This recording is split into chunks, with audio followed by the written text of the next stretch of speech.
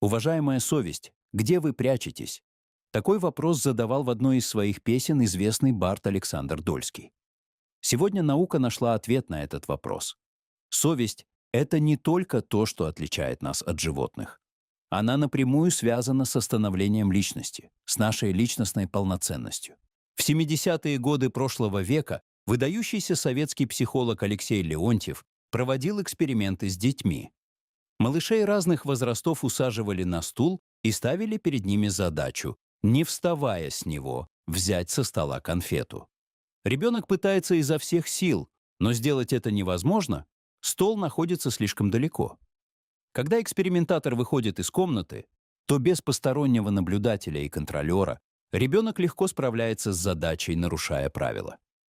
Он встает со стула, легко достает конфету и возвращается обратно. Потом взрослый опять появляется в комнате, где проводится эксперимент, и награждает испытуемого за выполнение задачи второй конфетой. А вот дальше, как выяснил Леонтьев, дети разных возрастов ведут себя по-разному. Трехлетние берут вторую конфету, спокойно лакомятся ею и уходят домой. Пятилетние зачастую ведут себя странно, отводят глаза, краснеют, отказываются от награды и даже начинают плакать, когда их хвалят за хорошо выполненное задание. Начиная же с 7-летнего возраста дети чаще всего не нарушают инструкцию и терпеливо сидят на стуле до возвращения экспериментатора. Чем старше становится ребенок, тем сильнее проявляется подчинение биологических мотивов социальным. Конфликт между ними, согласно Леонтьеву, является признаком формирования личности.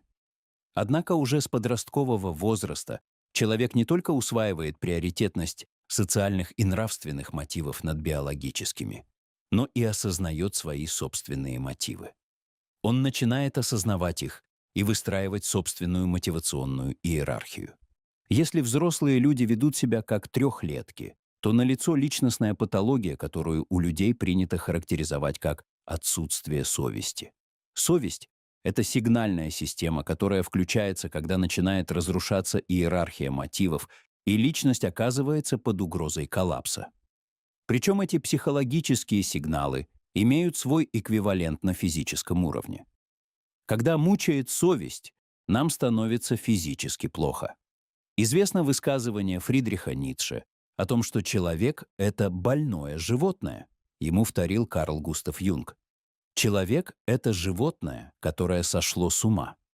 Из этого безумия есть два выхода. Ему необходимо снова стать животным или же стать большим, чем человек. С биологической точки зрения совесть действительно можно представить как некоторое отклонение. Ни у одного из животных такого явления попросту не существует. Их поведение, в отличие от человеческого, полностью мотивируется биологически.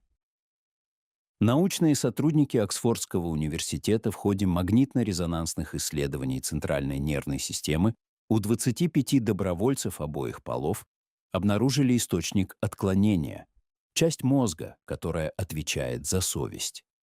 Эта зона коры головного мозга представляет собой маленький шаровидный сгусток ткани, который расположен у нас непосредственно за бровями.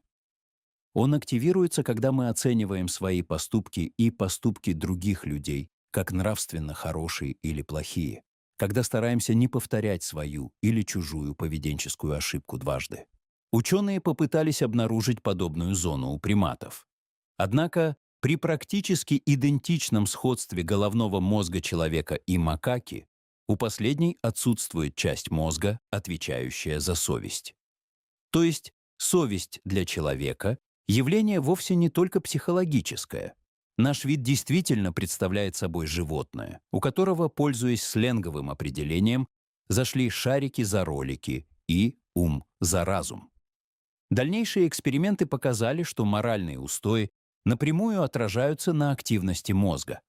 Некоторые его отделы активнее реагируют на решения, соответствующие моральным ценностям, чем другие. Выгода, полученная за счет другого недостойным образом, представляется нашему мозгу менее ценной, поэтому большинство предпочитает вести себя достойно. Но за пределами научных лабораторий реальная жизнь может вносить в человеческое поведение неприятные коррективы. Так, например, широко известна дилемма заключенного. Она говорит о том, что поступать по совести человек может счесть для себя невыгодным, если на кону находятся важные для него ценности. Скажем, насколько такая ценность, как свобода, может быть легко совместима с нарушением моральной нормы, с предательством. В дилемме заключенного моделируется следующая ситуация. Вы с подельником совершили преступление, полиция вас арестовала, развела по разным камерам и предложила сделку, согласно которой у вас есть выбор из 3 вариантов. Первый. Если сообщник отказывается давать показания, а вы нет, то ему дают 10 лет, а вас отпускают. Второй. Вы оба стучите друг на друга и получаете по 2 года. Третий. Вы оба молчите и через 6 месяцев выходите на свободу. Эксперименты показали, что большинство людей, стараясь поступить рационально, выбирают вариант «предать» и в итоге оказываются в худшем положении, чем если бы поступили по совести. Казалось бы, дилемма заключенного описывает гипотетическую ситуацию. Однако в реальном мире мы сталкиваемся с ней очень часто, даже на глобальном уровне.